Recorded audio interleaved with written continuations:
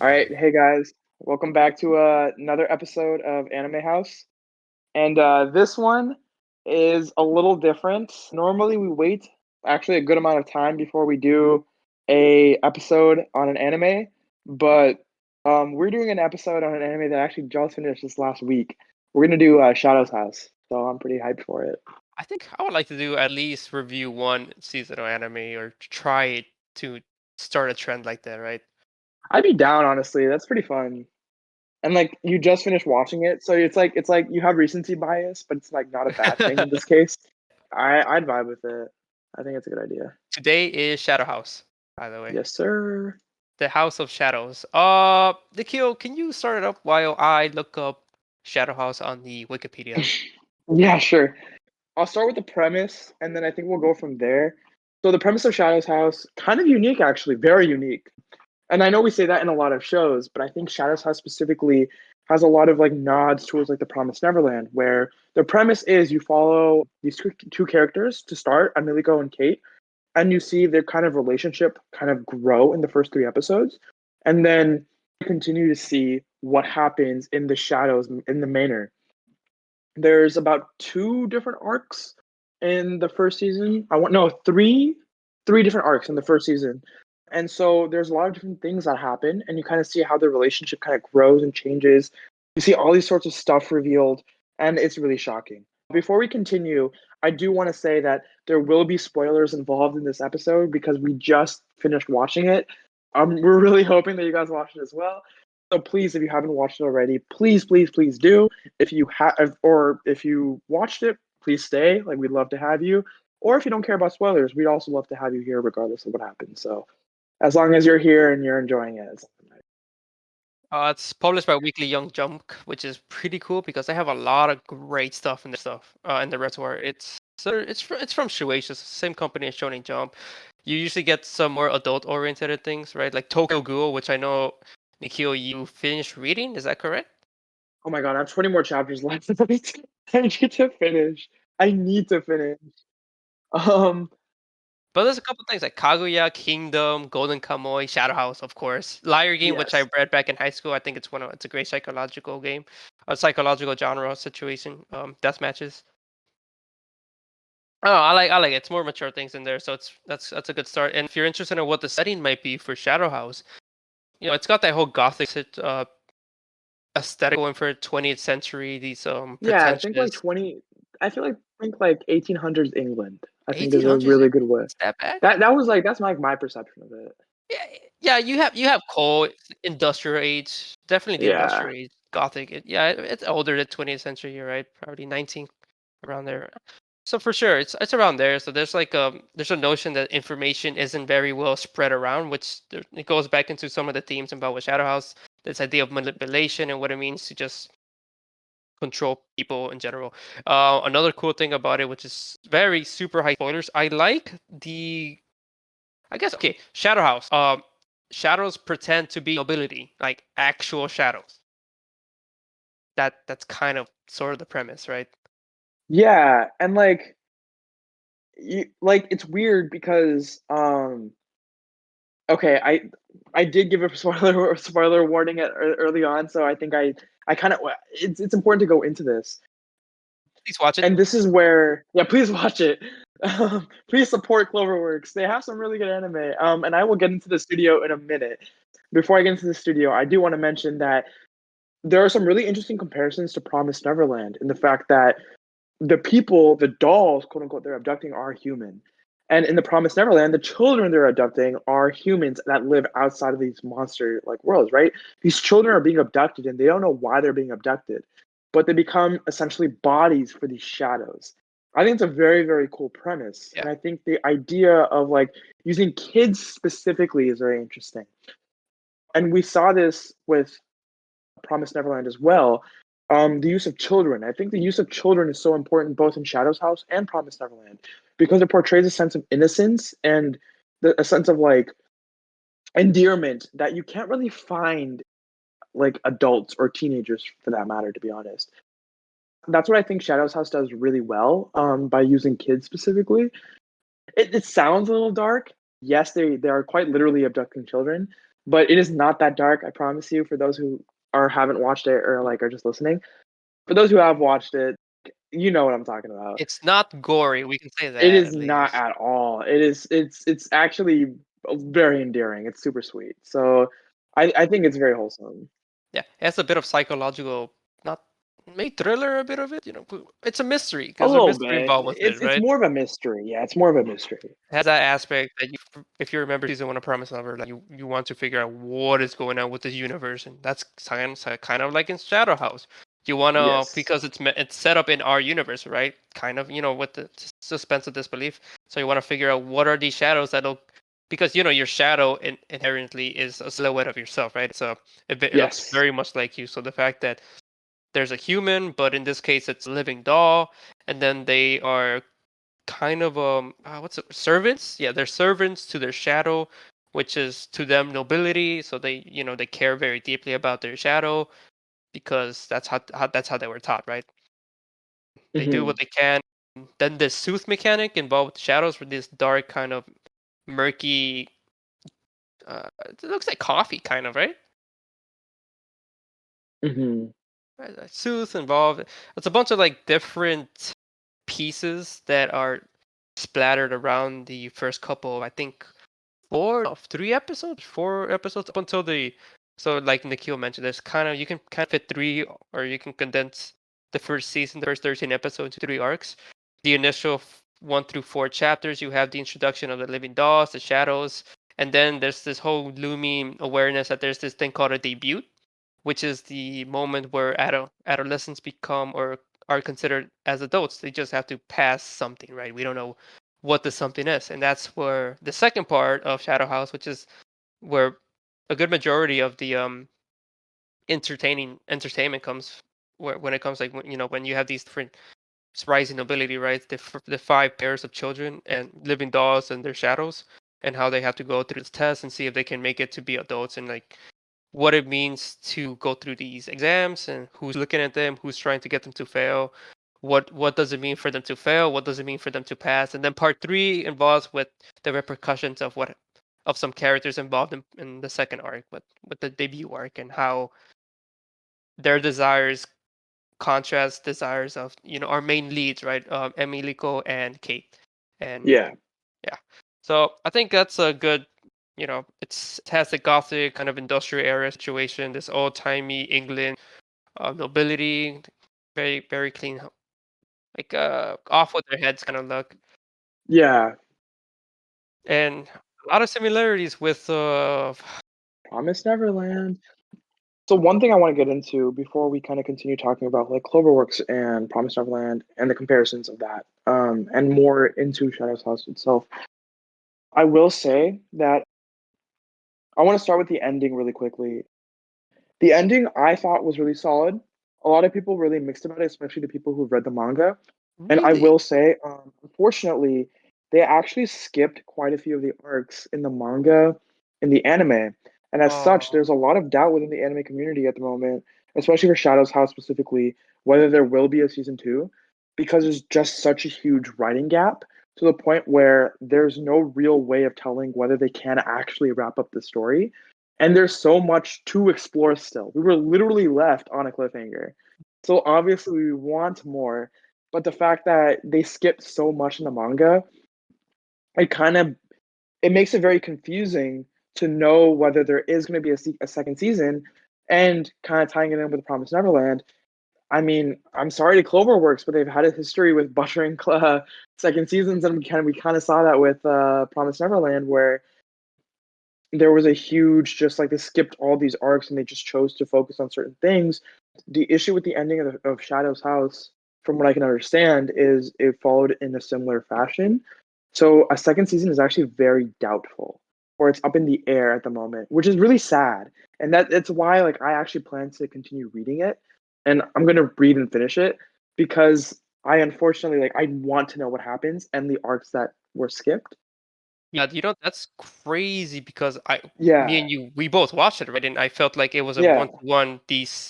The events from the debut arc followed very well what happened next. So I'm very curious. yeah. what was skipped out. I think what was skipped out, it's that mystery aspect that the author, Somato, whatever. I'm not too sure if that's the rest of the name, but there must have been a lot of foreshadowing involved with Shadow House, and the fact that it's not there, or most likely was missed, is Yeah, very disappointing because that's some of the thing I really enjoyed about it. I mean, that's one of the huge things that me and you both like a lot about what Oda does in his magnum opus One Piece.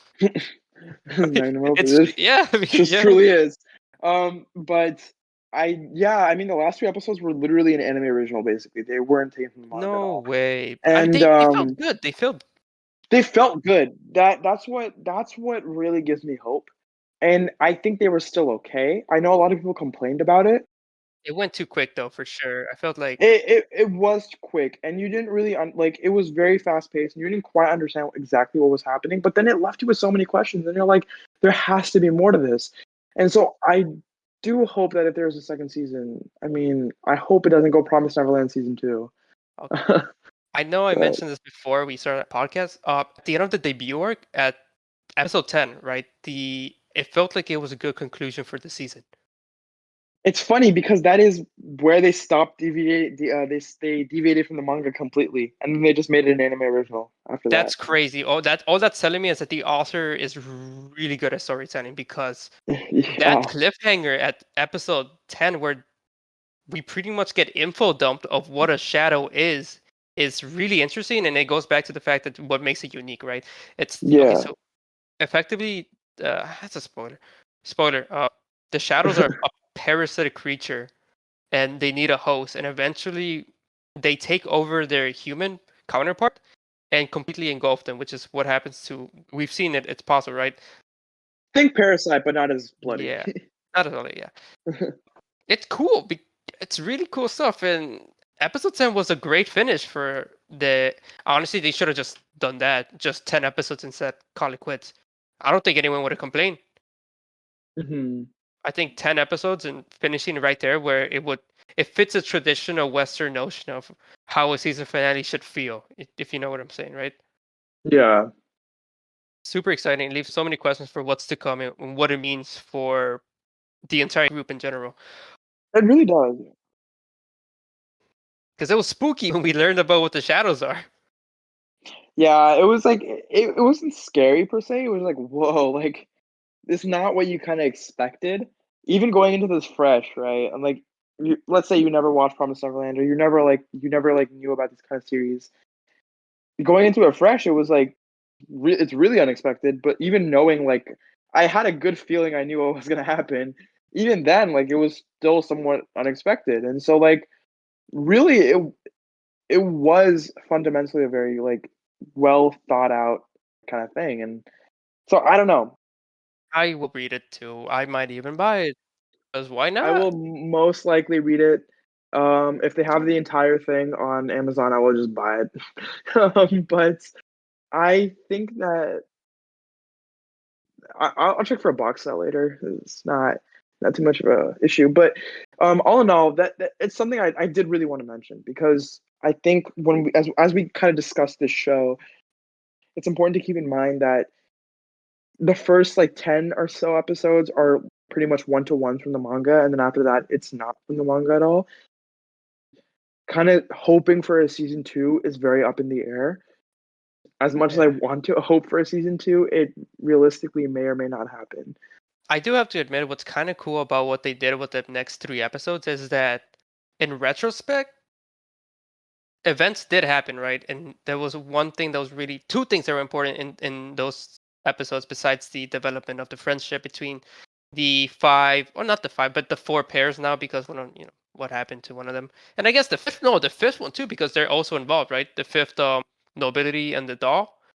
Yeah, With those 3 episodes, it's that there's tension between some of the adults, right? Edward, which was the guy, the shadow who was taking care of the debut and yeah, the whole events around there. But what happened during those 3 episodes was, yes, he got mad and he wanted to pretty much rat out Kate because Kate doesn't like the situation that the humans find themselves in, which is really sympathetic. A parasite which understands what is going on with their humans decides, hey, what we're doing it's kind of messed up. They are they should have their own autonomy.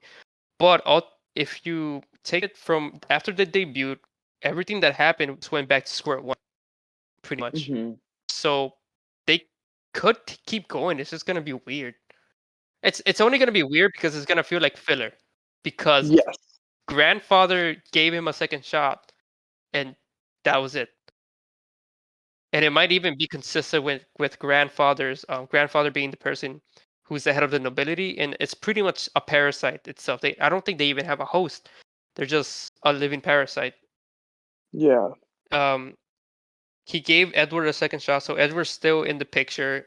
He's still gonna do the same thing, and there's the third house nobility, which he wants to rise up to the third level, which is the highest level to help grandfather. They still don't like him, and they always just didn't like him to begin with, right? Because they know he just wants to rise Hmm. up in power. And grandfather, I believe his character is still consistently written, right? He wants to see the full potential of his species, shadows in general. We know nothing about the origin of the shadows and grandfather, and that's something I wanted to point out. And like, I mean, obviously, as we read the manga, both you and me, Francisco, I think we'll obviously learn more about it. But I really hope they adapt this, because it would be very interesting to see like how it's kind of adapted and how it's shown. I think Cloverworks might learn from the lesson, but I also feel it feels weird because they could have stopped at episode 10, saved money, and They that's it. really could have. They I really just could have. I don't know. Well, Uh, they didn't do bad with the things they added because it goes back to square one.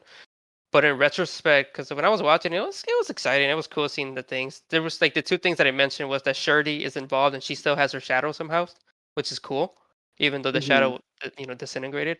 Which Yeah, is she's still like the pinky. She's at the yep, pinky. yep. That was a very emotional moment. That was a dope callback. I was like, oh, that's so sweet.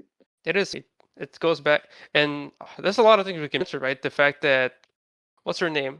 Rum, right? Rum is the living doll, and then her shadow was Shirley. The fact that Shirley Hmm. disintegrated and started walking slowly when they were reaching the debut hall, it was alluded to that Edward said that she just got weak, right?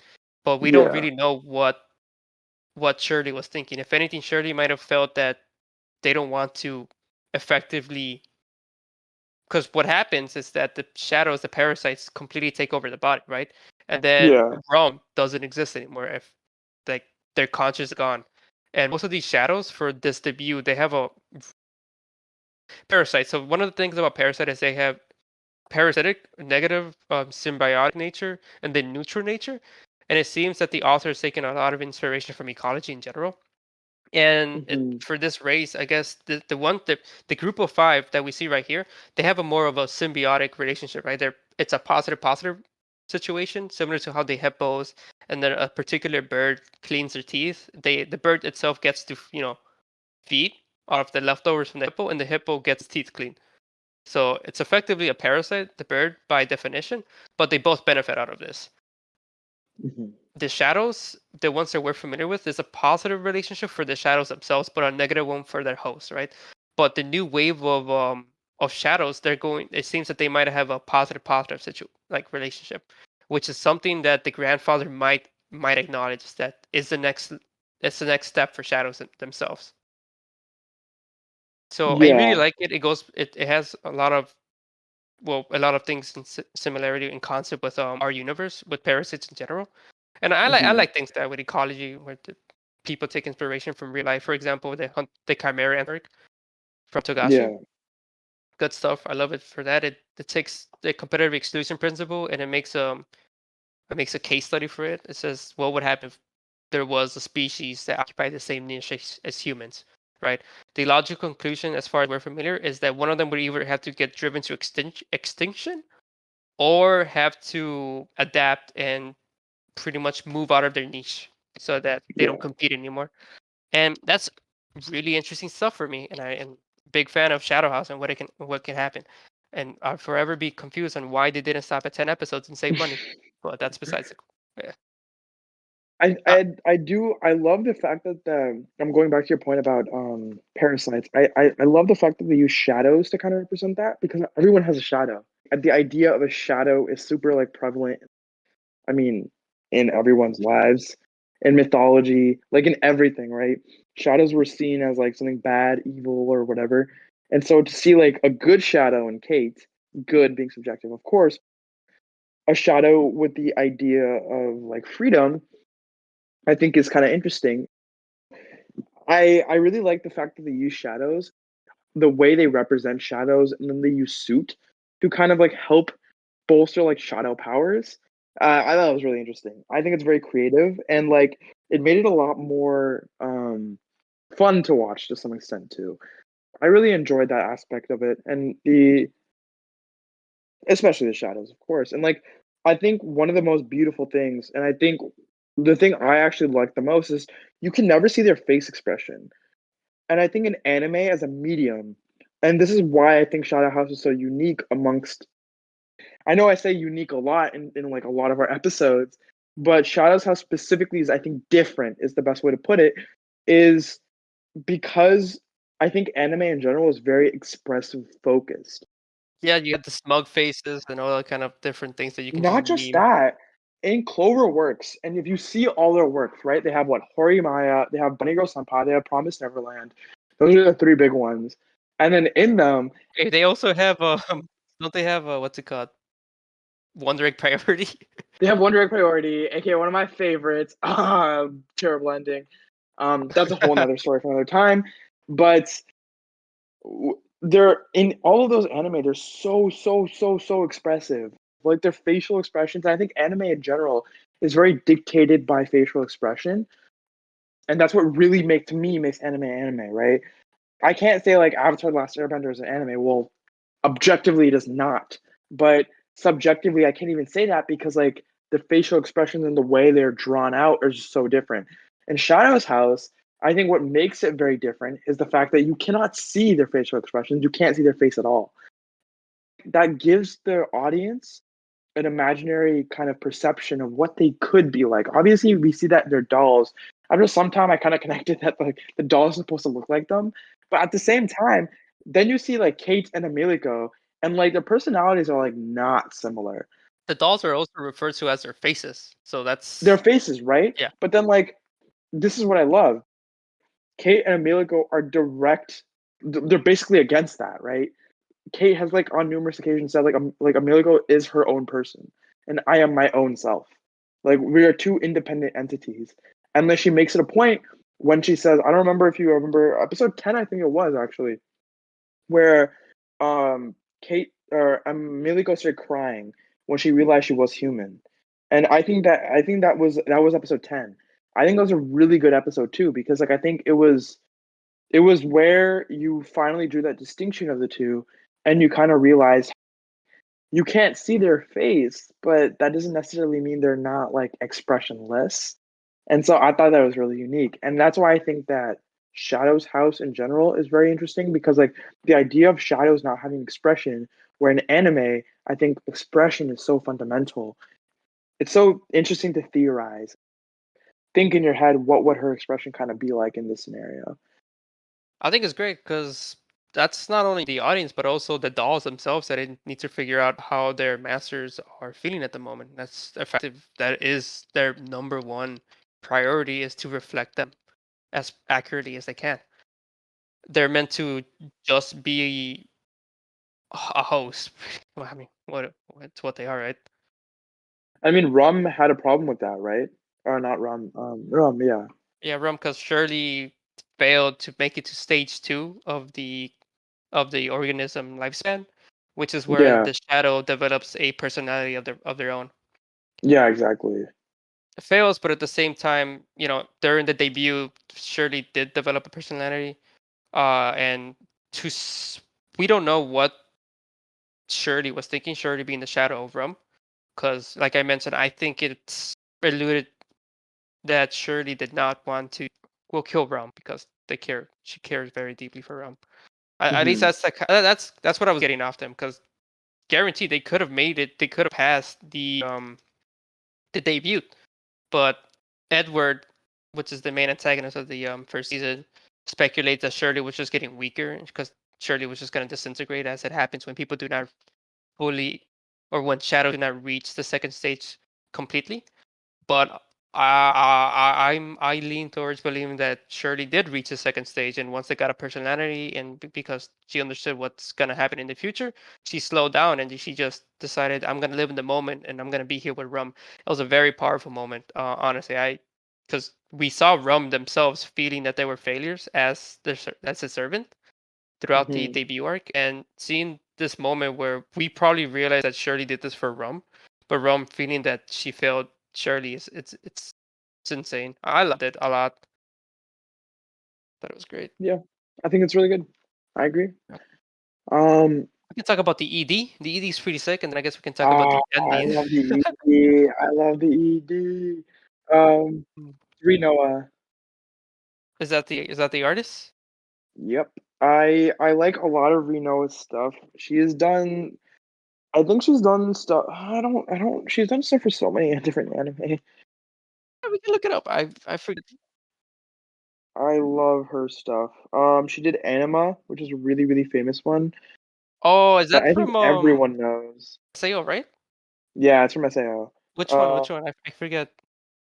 Is that the first one, or is that the one from Alicization? I thought it was from Alicization, Let but me play it. I can pretty sure listen it to is it. actually from Alicization. It came out in 2020.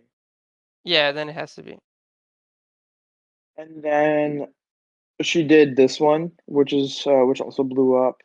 I think she's the one really good. the one for Shadow House. Yeah, Yeah, the one from Shadow Heart. She it's has a lot more. original. She has like it is original. She has a lot of singles. I like the fact that as an artist, they contact her, and then probably she was with the help of other people. She probably reads the actual source material, and then she decides the themes involved with the source material, and then she just does a song about it, right?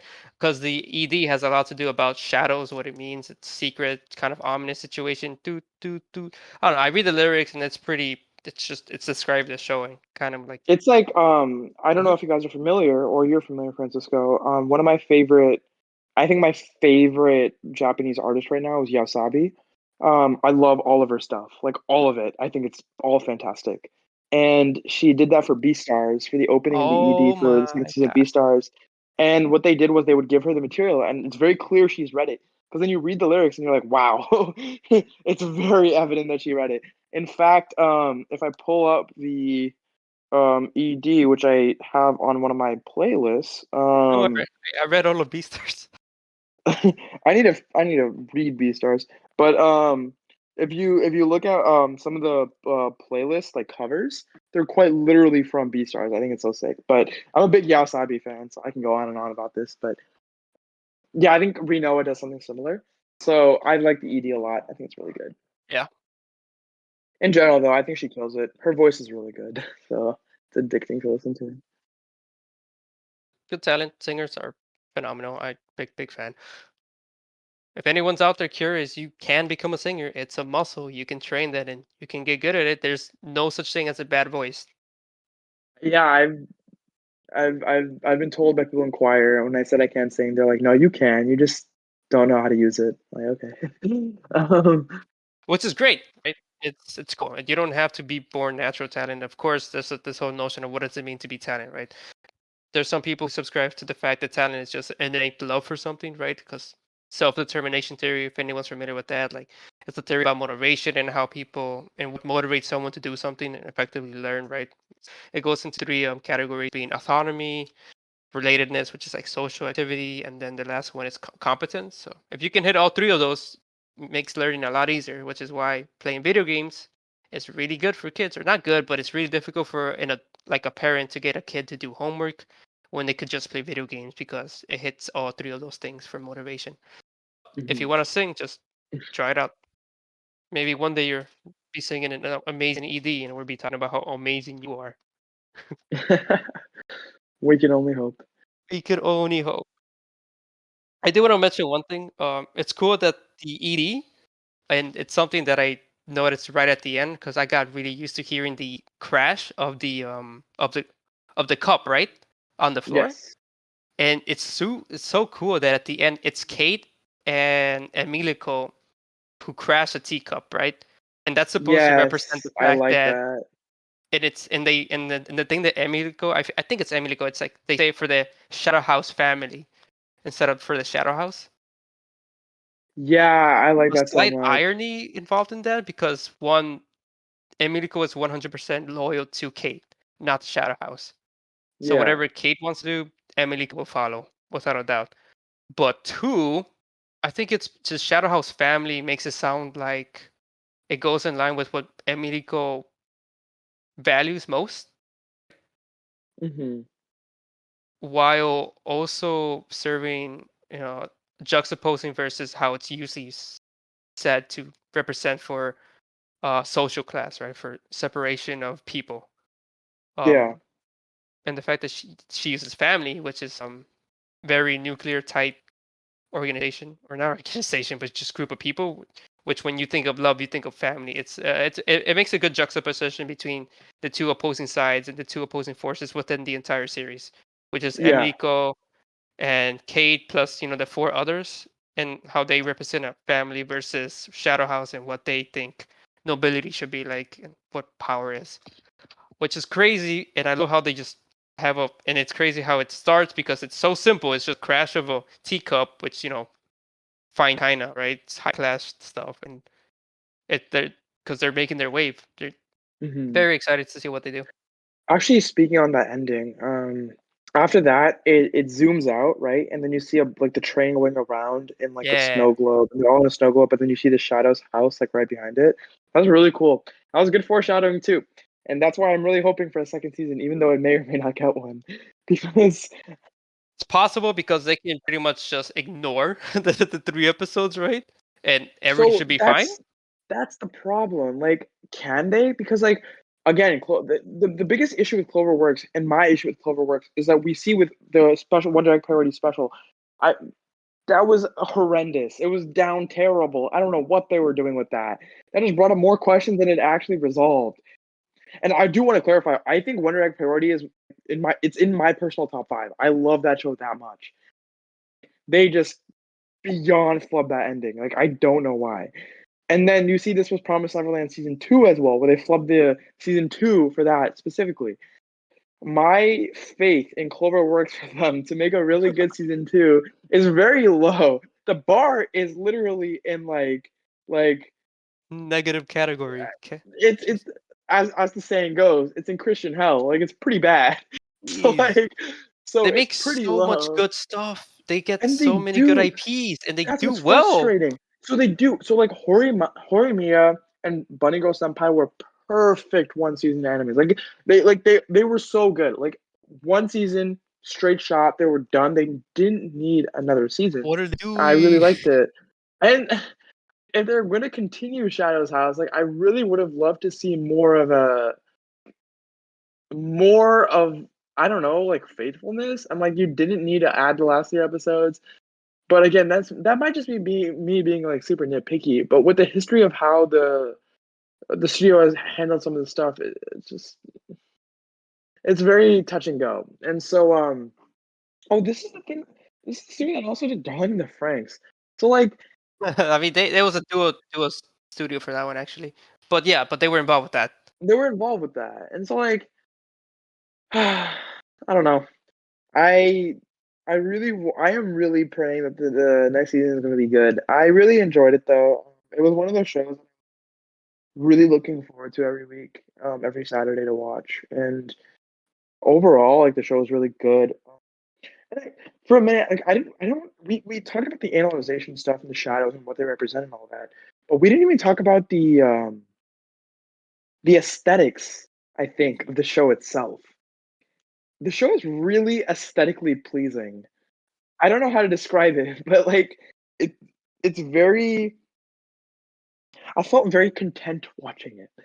As It weird as that sounds, like wasn't anything crazy, like for example, I mean Wonder Egg, right? I mean, it's difficult to get to it that was no level. like Wonder Egg or Violet Evergarden or some like elite anim. There was no Kill Annie. Like it wasn't no like elite animation, but like it was just like aesthetically pleasing. Like it was good. Yeah, the setting itself actually helped a bit. I feel a good amount for, let's be honest. Gothic, you don't see Yeah, that a lot. Ghostic is a Gothic anime I can think about. But I enjoyed that aspect. I think it just added to it too of like why it was like very visually appealing. And something I wanted to point out was like the shadows and suit are all black, right? But then the that's way they cool. contrasted that with really bright tones in a very dark setting. That's really cool.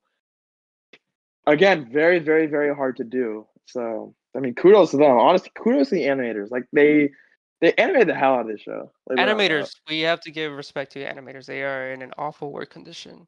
They oh my god, it's Always, so always bad. without a doubt. It's so They bad. slave away for our enjoyment, and fortunately, it's gonna get to a point where we are gonna be lucky enough that we have just disposable income soon, and I can Yes. finally give back to what's brought me so much joy, which is great. Yeah.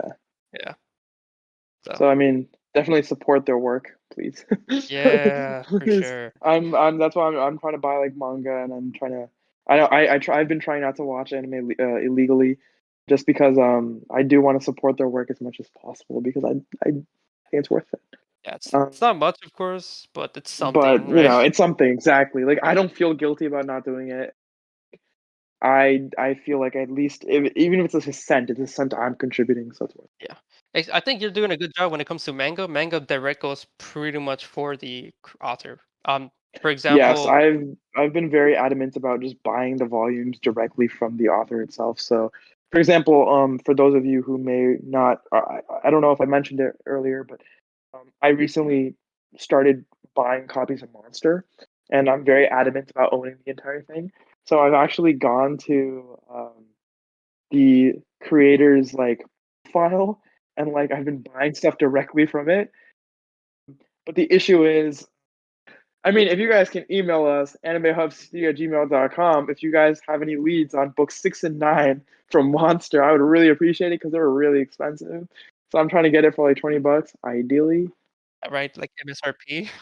Yeah, like right, MSRP right now for both of them is around 60. It's hovering around $60 each. So I'm trying to get them for 20 each if possible. I But think it's well, because there's none of them that are being produced by a publisher. It's only like yeah, from people, right? there's a People. limited amount of copies, and they had a rerun of where they did omnibuses, which is what I Mm, got. And then after that, they stopped printing Monster, and so that's why it's very hard to get right now, or in general. And so it's actually for those of you who are listening. I know I'm going on a little bit of side tangent. I know this episode on Shadow Sauce. I'll get back to it. For those of you who are interested and want like copies of manga that actually will hold their value over time, Monster is literally the perfect one because it's probably not going to get printed for a really, really long time, if ever again. So I'd recommend getting copies while you can and while they're still like decently cheap. Like each copy goes for $20, and yes, that is steep, but I think it's worth it because it's something that will last for a long time, and it's considered one of the greatest manga of all time. Like for me personally, I think it's worth it. yeah. Yeah, I mean, only of course if you have disposable income. If money is tight, do not worry about it. You can read it online. Yeah, actually. I was curious to see if Amazon had a Shadow House, like Volume 1. They don't. Yeah, I don't know. yeah. I will. I'll look into it later, and if Amazon doesn't have it, I'm sure a smaller retail place will have it. I myself am heading to New York in a month, and they have some really good shops there. So I was actually gonna go check them out, and see if they had anything I wanted. Like there's 8 volumes of this stuff. Dorohedoro. I see that's at the bottom. I read that one. Really good stuff. Okay. Back to Shadow House. So definitely, I feel that there's a lot of things we haven't gotten around to talking about that Shadow has going for, because we didn't go in depth with a good amount of the mystery, right? We didn't go in depth with what happened in the debut arc. We just mentioned that there's an antagonist, Edward. We mentioned what the shadows are like parasites, and we mentioned that the end of the part 3 of the season 1 is technically, or not technically, it is an anime original. So there's issue involved with the development of Shadows House, but we like it in general. Thought it was good. We went into it with being anime only. Soon we're gonna read the manga, see what's up. It's only 8 volumes, shouldn't be too much, so that's exciting. Yeah, there's definitely other places where if you're really curious to see what kind of themes are involved in Shadow House, Reddit, for example, it's a good community involved with that. Weekly chapters are released, or not weekly chapter, but whenever a chapter is released, you can go on there, upvote it, contribute to the official release. Just if you enjoy it, just go and buy it, whatever. It's great stuff. But I think that's it for what I want to say about Shadow House, or at least for now, right? It's just us finishing the first season. and these are our immediate thoughts and the kind of things we want to talk about, which ended up leaning a bit towards a bit of a mix of the actual studio, Cloverworks, what happened, but I think it's still interesting stuff in general. Yeah, overall, I think the anime was great. And going back to your point quickly about, and I intentionally didn't really want to go too much into detail because the show just finished, and I'm really hoping you guys watch it if you haven't already, or if you guys have opinions for yourselves, like we'd love to hear it. But in general, I think it's a very like good show and really well made, and I think the debut arc was really good because it showed each individual kind of grappling with their own strengths and weaknesses, but also like kind of coming to terms with the fact that like like we can't just be independent, like we have to work together to solve issues, which I think a lot of shows do. But then to some larger degree, we also see how it's like how the dolls or the humans are different from the shadows because the shadows have these powers. And then the way like John, for example, one of my favorite characters in the show, is really really sweet. What a Chad, what a Chad. Yeah, he like how he interacts with his master, and then you see how Emiko interacts with Kate. It's so different. You see the independence of each of them. I think it's so special, and like what Shadow's House I feel like is really built off of is, and this is why I categorize Shadow's House more as like a almost like a slice of life. It's very human based, right? It's very built and steeped into relationships and the idea of like building friendships and building these relationships with others and trying to like navigate that. So yeah, overall, really good show. I don't really have much more to say about that. Yeah, sounds good.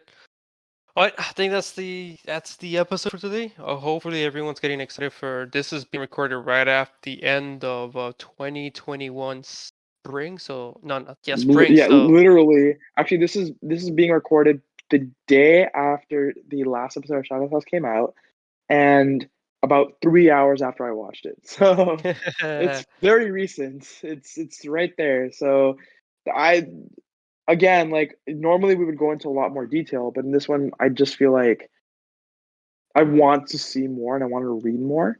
And I think eventually when I finish reading it, I would actually love to do an episode on the entire thing of what I thought of the manga. But that'll be later down the line. yeah, like Edward is a interesting character. I think briefly, I'm very interested in the fact that he's exceptionally loyal to grandfather, which Yeah. is I feel is unique, right? Because that's very reminiscent of the dolls themselves, especially when they're being brainwashed or manipulated by grandfather's Sooth. And the Hmm. fact that, as far as we're familiar, yes, the Edward has the face of a and has the body of a human, but he's supposed to be his shadow's personality is supposed to just overwhelm Edward. So the fact that Hmm. the shadow also has this unyielding loyalty towards grandfather is interesting because we haven't seen any shadow like that yet. We see that a lot in the dolls themselves, but not in the shadows. So I'm very yeah, it's a mystery, right? That I mean, it's something I respect the fact he wants to help his family member, right? Because he feels that the people that grandfather, the patriarch of the family, is surrounded with is just a bunch of scumbags. And on what we've seen, I agree with Edward. Edward Yeah. has a lot of interesting features about him, but I don't. He has a lot of redeeming qualities, right? He's a very hard worker, and he's cares a lot about the prosperity of the house itself. Hmm. So, gonna cool character. So good antagonist. He's up there. He's similar to Mom, kind of, right? Yeah. Yeah. And then Mom is, of course, one of the best characters in Promise Neverland. So it's difficult for us Hmm. to not compare Promise Neverland and Shadow House, especially because one, they're from the same anime Yeah. studio, and then two, they deal with They kids have and very similar, yeah, yeah, very similar themes. And yeah, so I think if you guys ever and listen to our Promise Neverland episode, which is on Spotify and Apple Music and Amazon Music, like, it's everywhere. You'll see that we make some similar. We talk about it very similarly and make some similar comparisons. but I think that's it for me. Anything else you want to say, Ray? Yeah. Um, I mean, we can quickly go over like stuff we're watching, I guess, right now, and I think we're gonna have like a we have a summer 2021 anime episode. So just watch that for what we're going to be watching. but I can quickly discuss what I've been reading and watching. I have no problem with that, or what I've been binging and watching. Yeah, I think you can do that. Go ahead, because I Um, finished Shadowhawk, and that's the most recent thing I think. Besides, I did do Full Dive RPG, but not very good. But whatever. I have been reading and watching a lot recently, actually, because I have a lot of time. So I watched Hinamatsuri. That was my most recent watch. It was fantastic. And then before that, I watched. Oh my God, I think I watched Parasite before that. Yeah. And then before that, I watched Erased. And then before that, I watched Grand Blue. And then before that, I watched. Oh my God, I watched something else. I don't even remember. I've just been watching a lot of different shows. And kind of just going with Real Life. I watched Real Life, and then there was something else I watched in between all of that, and I don't remember. But I've been watching a lot of different shows, and I've also been reading a lot of different manga. I finally got around to reading Tokyo Ghoul. I'm almost done with it, and I'm reading a lot of webtoons. So I'm reading Jungle Juice. If any of you guys have heard of it, I like it a lot. I think it's good. New. I'm also reading not Weakest Hero. I started Weakest Hero. I've been reading this dungeon one, very similar to Soul Leveling. I can find it. Oh, I have to log in with my account. Okay, beautiful. I'll look for it later.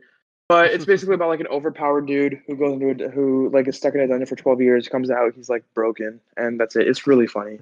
So I'm reading it. Reading Unordinary. I mean, mid-season finale happened recently, so we won't get new chapters until November. But I'm fine with that, honestly. And then I am going to start reading Red Hood and a manga that you recommended me, and then probably gonna read Shadow's House, Monster. I have a lot on my reading list right now. So Red Hood is the new Shonen Jump one. It deals with Grimm's fairy tales and a revitalization of that, right? So, the hunter from the Red Riding Hood. There's an organization of hunters, and they deal with these Grimm tale fairy tale monsters and stuff like that. So that's kind of it. A lot of people are talking about it. Of course, Nikhil is talking about it, and the one that I recommended Nikhil is actually Chojin or something like that. It's from the yeah, same author that did Tokyo Ghoul. two chapters. Guff, and I'm very curious to see. I'm very curious to hear what you feel the author of Tokyo Ghoul might have learned from his time writing or their time writing Tokyo Ghoul, right? And what I'm actually very hyped for this because I saw this on Twitter in May, and I didn't know it was actually going to come out like recently, but apparently it came out like recently, and I didn't know. So I'm actually yeah, probably going to read it like tonight, and then like I'll have a live reaction for you. yeah, these things are really exciting. Only this itself is exciting. I want to put it out there because there's a huge similarities or there's a huge connection between the author, which is who's Ishiyama, something like that. Oh yeah, but no, it's not Ishiyama. That's not ECG, something like that. They have a connection with Togashi outside of being like a fan of Togashi's work, right? Because they love Hunter x Hunter, probably also enjoy Yu Yu Hakusho. And they were given the permission to write a one shot on Hisoka, kind of his backstory, kind of. So that's really cool. There was a rumor that they were the same person at one point, which is crazy. Hmm. That Togashi was the author of Tokyo That's Ghoul and funny. vice versa. So that's funny. I don't believe it, but it's funny. If anything, it's closer that maybe the author of Tokyo Ghoul was an illustrator, an assistant of Togashi at one point, because Hmm. similar art style. And like the author of Tokyo Ghoul is phenomenal with their art. But yeah, like I said, it's just like Togashi and how they took Yu Yu Hakusho and they refined most of the themes involved in Yu Yu Hakusho into Hunter x Hunter. I'm very interested to see what Chojin has to offer. Because the author of Chojin can use everything that they learned from their time with Tokyo Ghoul, take the themes that they have in there because they have a skeleton built, and just refine everything into Chojin, and maybe it can be the next Hunter x Hunter. Next, as in everything that they might have made a mistake in what's it called in Tokyo Ghoul, they just did better. Everything that's good about Hmm. Tokyo Ghoul, they just redid it it's not like self-plagiarizing in a way, but not really. I don't care. Yeah. It's a good story, and then they just did it better, similar to Lin-Manuel Miranda with Into the Heights and how what they did with Hamilton. Very similar theme, but just Hamilton Oh, I just still need to way watch better. Into the Heights. It's That's on whatever, my man. list. That's on If you my saw list. if you saw Hamilton, it's just better Into the Heights. I liked Hamilton a lot. Actually, I plan to go watch Hamilton live at some point, but we can discuss this afterwards. Yeah. So that's the But recent stuff. He's been going on the grind. As for me, I am not in the grind. If anything, I'm probably gonna ask him what I should watch next. I don't know. I kind of want to watch Tokyo Revengers, but it's not even done yet. So it's not that. BV, It's a fun watch. It's a fun watch. I'd recommend it. BV, that's another Vivi's anime on my original. list. Actually, I need to watch Vivi. Uh, um. Oh man, yeah. But overall, just kind of grinded it out. Just like kind of dabbling here and there, trying to figure out what I want to watch next, and kind of going from there. So Okay. I'm taking a little Well, bit of a break, but we'll get there. We'll get back on that grind soon enough. yeah. Well, I hope everyone's been enjoying watching whatever they're watching or whatever they're doing. Just hope you're enjoying it. Yeah, take care. All right. Have a good. I hope you guys are having a good summer. And we'll be updating you with an episode coming up next soon, hopefully. Please, before we go out, check us out on YouTube, Anime House. We're up there. When you see it, you'll see a lot of RDC World videos. Unfortunately, we love RDC World out here. Yeah, I'm a that's true. big fan of them. But they have videos titled Anime House this, so it's the first thing that comes up. So I'd recommend typing Anime House Demon Slayer, and that'll take you to our first episode actually, and then Yeah. you can just go through our content there. So we're on YouTube. We're also recently on Amazon Prime. For those of you who have Amazon or who use Amazon Music, we're on there too. We're also on Apple Music. We recently got that up and going, and Google Music. We finally got that updated. Finally got fixed. So please, please, please check us out on all of those platforms if you haven't already. And obviously, Spotify is there. And we also have a Twitter. I believe it's spelled a little weirdly. It's not actually Hub. So I'd recommend looking for our handle. Our handle's at animehu 657175152. A little complicated. You can also search up anime_house. That is our username. But finding our handle might be easier. Yeah, I think it's also on our YouTube, right? It's also on YouTube. It's everywhere. So you can easily find it on YouTube and just click the link. It'll take you directly there, and you can just drop us a follow. And then you can also tweet at us. Like we're open to Tweet at that. us. We're open to Yeah. suggestions, comments, concerns. If you have any, tweet at us, email us, hubanime63@gmail.com. If you want to talk about Shadow House, If you want to talk about Shadow's House. But yeah, please check us out. We'd love to hear from you guys. That I think would be really, really fun. So all right, take care of it. bye.